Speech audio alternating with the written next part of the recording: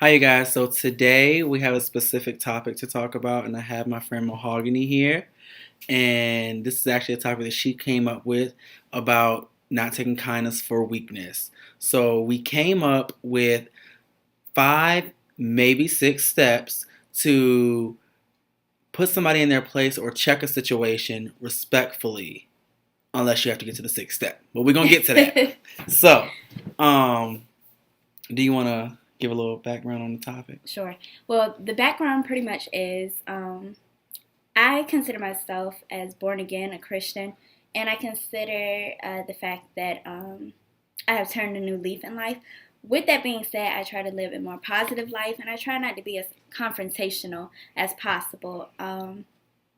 With that being said, people will still try to take advantage of you thinking that you are a lot nicer, but you got to know when to nip that in the bud, and you need to do it as quickly as possible so that it doesn't become an ongoing situation. So we're going to start with our steps. With our steps, the first step is know when you're being taken advantage of and or being played. Um, that meaning at some point in time you have to open your eyes and realize that they are really taking your kindness for weakness. They know that you are what Mahogany referred to as the yes man. So therefore they're going to keep doing what they're doing because you're not doing anything about it. So therefore you have to recognize the problem. The second step is relax, think it over, and check your tone. And when we say this is because the whole point of it is to do it in a respectful way. You want to relax because if you're anything like me, your first instinct is going to be to like use profanity.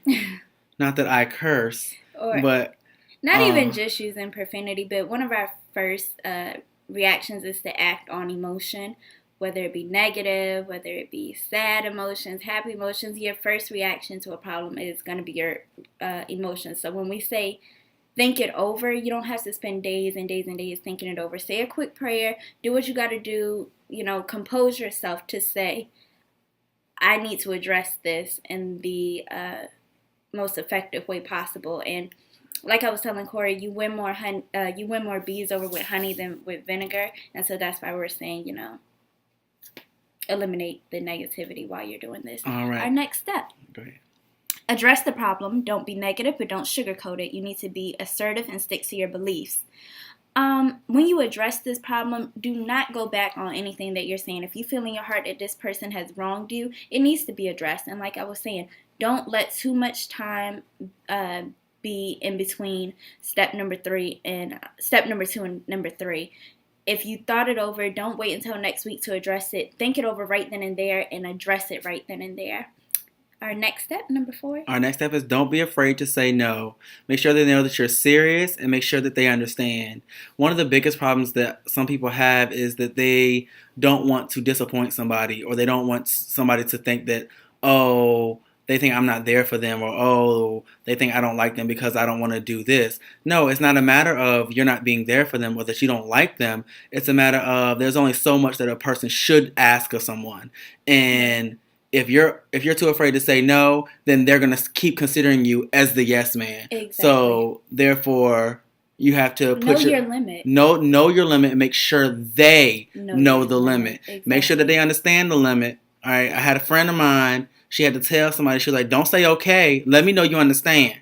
Okay, because they'll say they hear you, but then you'll turn around and they're asking. It's happening all over again. Taking advantage of you once again. Exactly. And that goes into step number 5, which is don't have any repeat offenders. Don't go back on your word. Don't renege. Don't feel bad for considering yourself. When we say don't let people become repeat offenders, if people feel that maybe you didn't get your point across, that's why you got to let people know, do you understand me? Because if they don't understand you, they will become repeat offenders. They will end up taking advantage of you again if you do not let them know, hey, you wronged me, you taking advantage of me, you played me, whatever. You need to let people know now, because they will take your kindness for weakness and they will run with it. And it's hard to get it back sometimes. A point that Mahogany made earlier was that if there happens to be a repeat offender, that's no longer that person's fault. It's that becomes yours. your fault because If you've addressed the problem and somebody you still let that window get in where they could have slid in to do it again, that's because they knew that they could do it. If I'm addressing you and I've told you once not to cross me again and you did it, I can only blame myself. And at that point, I feel the relationship needs to be severed. Exactly. Now there is a step 6, which is completely optional per your discretion. Okay. Step 6 is no BS, necessary ignorance may apply. Now, this meaning you've gone through steps 1 through 5, and yet this is the disclaimer. If If 1 through 5 ain't work, I'm gonna need you to go to this optional step 6. Yes, you have this box that you may open for special circumstances. Okay, if 1 through 5 did not get the point across, and you followed each of those steps to the T, then it's time for no BS. You need to let this person know, look, I try to come at you respectfully. However, somewhere in between us, something's getting lost in translation. I don't know where you're getting lost, where you're gone stupid, but obviously you're not getting this. So that's when you need to sever ties.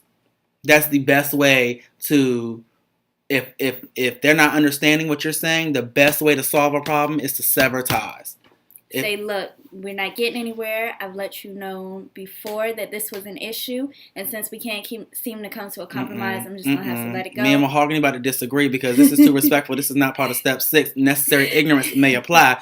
Let me tell you, if 1 through 5 didn't work respectfully, Corey's respectfulness is gone. Okay? Corey don't play. Corey, I'm not about to repeat myself. Just like when I was at work today. This is a tangent. I'm sorry. When I was at work today, I asked the little heifers if I was like, is there something I can help you find? And they said that they decided to ignore me. So I said, oh, I hope not, because Corey don't ask questions twice. It ain't going to happen. I'm not going to repeat myself after we've had an in-depth conversation. And I went to step 4 and I made sure you understand, but clearly you don't. So therefore, there's nothing else that needs to be negotiated or discussed. Right. I'm gonna let you know, and that's gonna be it. And that wasn't a negotiation. It was just saying, obviously, since we can't come to a compromise, then it's right. Done. You're right. That's her step 6. That's not mine.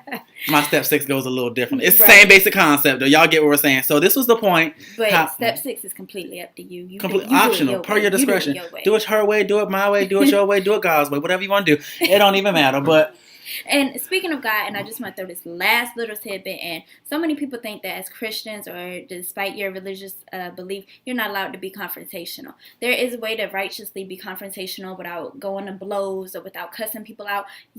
God put people in his place. The Lord put people in his place. His disciples put people in their place.